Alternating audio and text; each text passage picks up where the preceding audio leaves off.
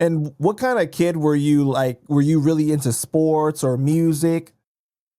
Um, no, like I don't think so when I played the clarinet when I was in elementary, for 1 year. I was in drill team in elementary. Sports I really didn't play.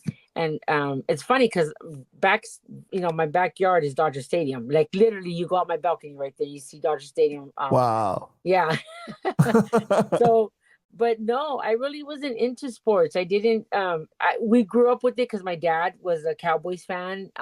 So we watched, every Sunday was like football. I was like, oh God, we get out the house. We get out the house and go play the playgrounds. We go on the hills of Echo Park, slide down on the dirt with cardboard boxes. Find things to do. Our hangout was the corner gas station, and for those of you guys that watch Mi Vida Loca, you see sad girl getting picked up by baby doll, and they're taking her sister Blue Eyes to and that gas station. That was our hangout. Our Well, our everyday hangout was right there. so what age did you start getting into the streets like heavy, would you say? Um, I think I was already out in the streets heavy at the age of 13.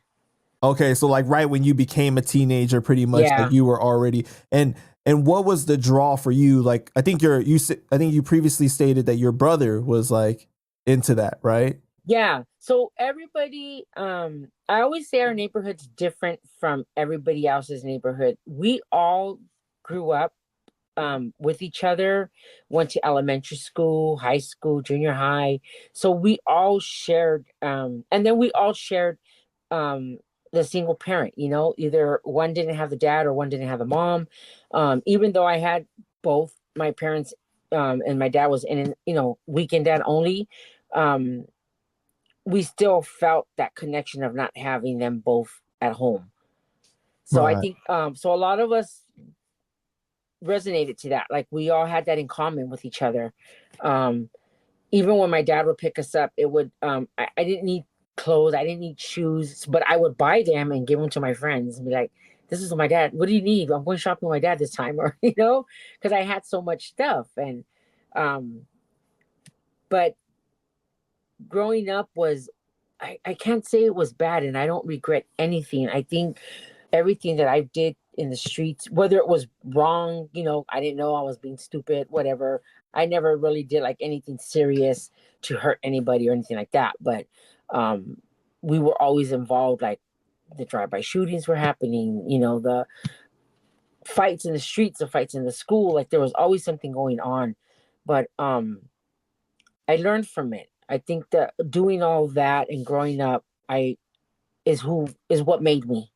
I Mm-hmm. and I always say I have the best of both worlds because I'm street educated and I'm book educated. So I always say I have the best of both worlds. Right. And you usually kids they go into those kind of things in a way to act out as well. Do you feel like you were doing that to act out, or you just felt like that was what you saw and kind of like your surroundings? It was just my surroundings. No, nothing was there. My mom was so cool and lenient. She knew everybody. My family had, because they were already living in Echo Park for so many years here, they knew a lot of the families. So everybody that we hung out with was um you can trust them. You can trust to be around their kids. And then where we hung out on that corner gas station, which is Morton, was my grandparents' house up the street. So that was the hangout. So everybody knew where we were at. My grandparents could see us, my mom would see us. So it's not like we were from a far distance where they didn't know where we were at. Mm-hmm. Yeah, And because and then like your brother, he I think I saw in an interview you said that he was involved in dealing, right? yeah, that street that we lived on, there was the drugs were being dealing up the street, and my brother was involved, got busted and had some stuff that he left behind. And because I knew people, and you see them every day up and down, scoring their dope, and I knew who they were, and I took over what he had and I started doing it. um and started selling PCP, and I had just like I was always a social person. I knew everybody from everywhere growing up. Like I just got along really good with everybody, and that's how I started making my connections when I was sell, my PCP, and kind of started getting a little out of control, a little more than I could handle. What was that like for you getting into that? I like the excitement of making the money, even though all I had to do was ask my dad for money. But the excitement of earning my own money was, I was like, man, $100 in a couple hours. Okay, I can do 100 more, and so it was exciting, just making that money, that thrill of shit. I stood out here and I did this, and buying my own stuff without having to ask my mom and dad. That was, but that it's crazy. Even it's crazy that doing that, selling dope, motivated me to want to make more. So I was in continuation school, and this center in Centro del Pueblo that was it's based here in Echo Park used to have a school, and I would do continuation, and they would help us find jobs. So I had summer jobs every year, whether it was beautification, murals. I worked for the city 2 times. I worked for the mayor's office, Tom Bradley. I was in his office. Was a file clerk there, and so it was pretty cool experience. Making my own money, and that just motivated me to continue.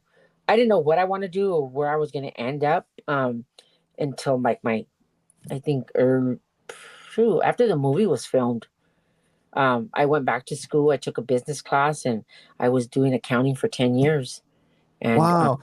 So that's really interesting because you had these different jobs, but you had the experience in the street life as well. So it seemed like all of it made you a well-rounded person.